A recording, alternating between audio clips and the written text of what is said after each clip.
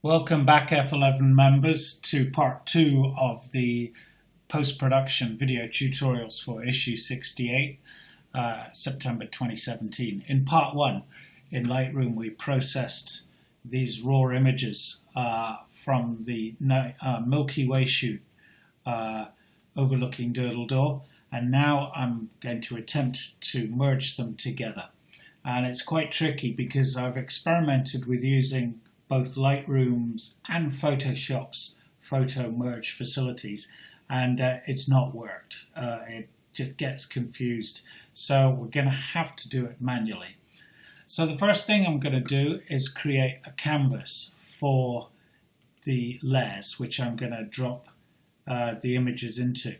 And if I come up here to image and image size, I just need to get an idea of what size canvas I need to create to accommodate all these overlapping images. You can see there the native resolution of the 5D Mark IV is 6720 pixels wide, 4480 high at 300 pixels DPI. So what I want to do is create a canvas that's going to allow me to drop them all in. So I'm going to go up here and go File, New, and it asks me what image size I want here.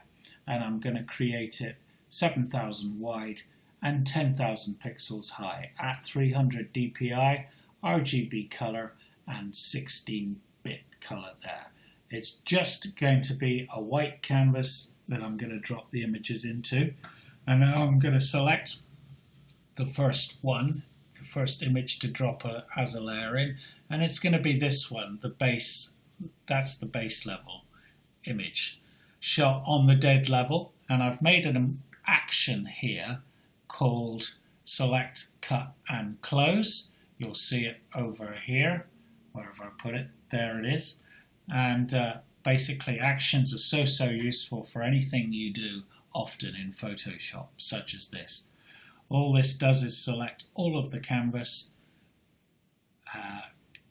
cuts it, and closes the image. So I'm going to do that, and now I'm going to click on paste, and it's just going to drop that image in there.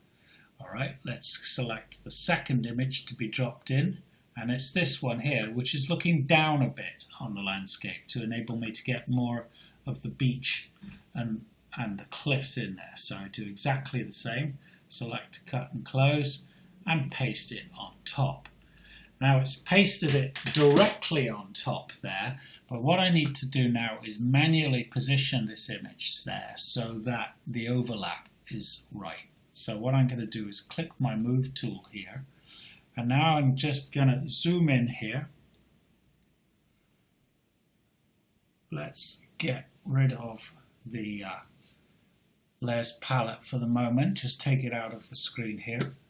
And what I want to do is move this image here. So what you can see there on the left, the horizon, we're going to use that as the reference point, and I'm going to drag it into place so that I have perfect registration between the two layers. If I come back to my layers palette here and click on and off, you'll see I can fine-tune my positioning. Now you'll see it's not perfectly registered, and that's because I shot this with a super wide angle lens, and merging super wide angle lens images together is not easy, which is why Photoshop probably had a problem with it in the first place. So I'm just going to look at how these are coming together here, and now what I'm going to do is zoom back out, as the horizon there is perfectly in registration. I can use my nudge tools on the keyboard to fine-tune that movement if I need to. Zoom out, and I'm going to merge these two together using layer masking. So what I want to do here is actually select the part of layer 2 that I want to see, and I'm going to use that by using the lasso tool here, and it's the bottom bit really, the bottom 2/3 of the image there, and I'm going to select that, And now using this action here, which I've called mask 500, it's going to apply a layer mask so I can see only that bottom 2/3 of layer 2 and the top bit of layer, and merge with a 500 pixel feather into layer 1. So let's play that and see how that looks. And you can see it's worked pretty well there. They've not been merged yet, but the layer masking makes it look as if they have. Next thing I need to do is just come out on the zoom a little bit here and drop in my next image, which is this one here, which is the image for the night sky. And what I'm going to do is exactly the same. So first of all, select, cut and close over here and paste it on top.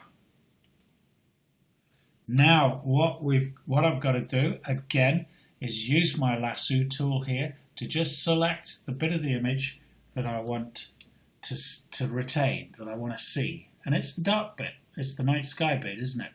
So I'm just going to come along here, round about along the line of the horizon there, and again play that mask 500 action, which is apply a layer mask, and now I need to only see the top bit of the image. Let's see how that looks. It's not perfect, is it? We're getting a kind of halo effect along the horizon. So what I'm going to do now is fine-tune that selection using the brush tool here. Make sure that the layer mask is selected over here. I come up here to my opacity. I'm going to go with a fairly low opacity, around about 8%. Always better to go with a low opacity. I'm going to adjust. Let's just get a bit of a bigger image here. Now I'm going to adjust my brush size here. And what I want to do is just darken. Oh, I'm painting in the wrong color. Come over here on my history. Come back to add layer mask. And what I want to do is paint in white. Can you see? I want to add to the mask by painting in white. And at the moment, the black is over the white down here. So by hitting X on my keyboard there, I switch it around, and now I'm painting in white. I'm adding to the mask. And I'm going to bring that right there along the line of the horizon. And this way, I'm gradually getting rid of that halo effect there. Trouble is, the line on the sea is starting to look a bit unsightly too. I'm actually going to darken that, go for a very big brush size, and darken down this area of the sea so that the join looks less obvious. And now I come down with a small size here, paint in black now, so I'm pushing the actual edge of the mask back again. Let's just move this tool thing out of the way. And now I come along the horizon and just paint away some of that section there. And you can see I'm gradually getting there. It's looking better. It's going to need a bit of work, and I haven't got time to spend all afternoon recording this video. We'd end up with a 3-hour-long post-production video tutorial. So, but hopefully you can see what I'm doing. I'm painting, refining the edge mask here, manually using the paint tool. It's not perfect, but you get the idea. Just zoom out a bit here now, and what we're going to do is drop in the next layer mask that I want to do, and it's the night sky here. Now if we come over here to my actions, I've got palettes on top of each other here. Move history out of the way. Okay, select, cut and close, play that, paste on top, move again, so use the move tool here, so I move up so that I've got good registration with the horizon again there. Okay, I would need to take a lot more care with this, but I'm trying to get it all done in a sort of 15-minute tutorial for you. So what I do now is again select the area of this layer that I want to see, and it's only going to be the top bit, the sort of top bit of the stars. So I'm going to roughly select that. Now apply my mask again, 500 soft edge layer mask there, and I'm building up and extending the range of the night sky above. Let's do the same again. Let's just zoom out.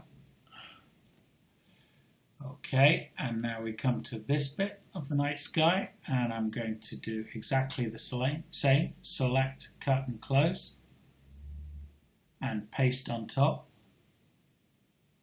and move. Whoa, got the wrong tool selected there. I'm trying to rush here. Let's just go back on my history palette there then to paste, take that out the way, select my move tool, move the image, the layer up so that the overlap is right. I'm not going to spend a lot of time doing that. And then again, select the bit of the night sky from this layer that we want to see. Again, it's just the top bit. So I go like this, and I feather that selection again, mask 500. And as you can see, we're gradually piecing together this image here. And now finally, my last layer here, I'm going to select, cut and close, and I'm going to paste, and I'm going to move so that the overlap is right. As you can see, registration by now is getting very tricky, but because I'm feathering the selection and it's only on the night sky up top, it's not so critical. So again, the top bit of the sky selected, feather my selection, apply the layer mask, and you can see now how the image has come together. It's not done. What I need to do is just refine that join here of the sky and the landscape. But nevertheless, hopefully you get an idea of what I'm doing. Let's just crop away the bits of the white that I don't want, that I don't need here. Come down here like so. I'm actually going to compose this image so that this strong image, this strong line here taking you into the frame, comes from the bottom corner there. It's going to end up quite almost a square image, but there you go. I think it's working well. Just fine tune that a bit there, and come in on the edges there to crop away the white there.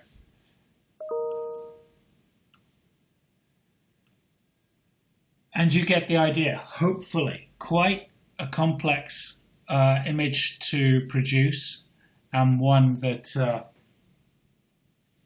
but certainly worth it. I've never attempted such a complex post-production video tutorial before. What we've done here is using layer masking to merge all these images together and manually create an image. And hopefully it all makes sense. I'd play it again if it doesn't, but I'm going to work on fine-tuning this selection here, this merging of these two layers, and that will be the image done. Okay, thanks very much. I hope that all makes sense, and we'll see you in subsequent post-production video tutorials. Thank you.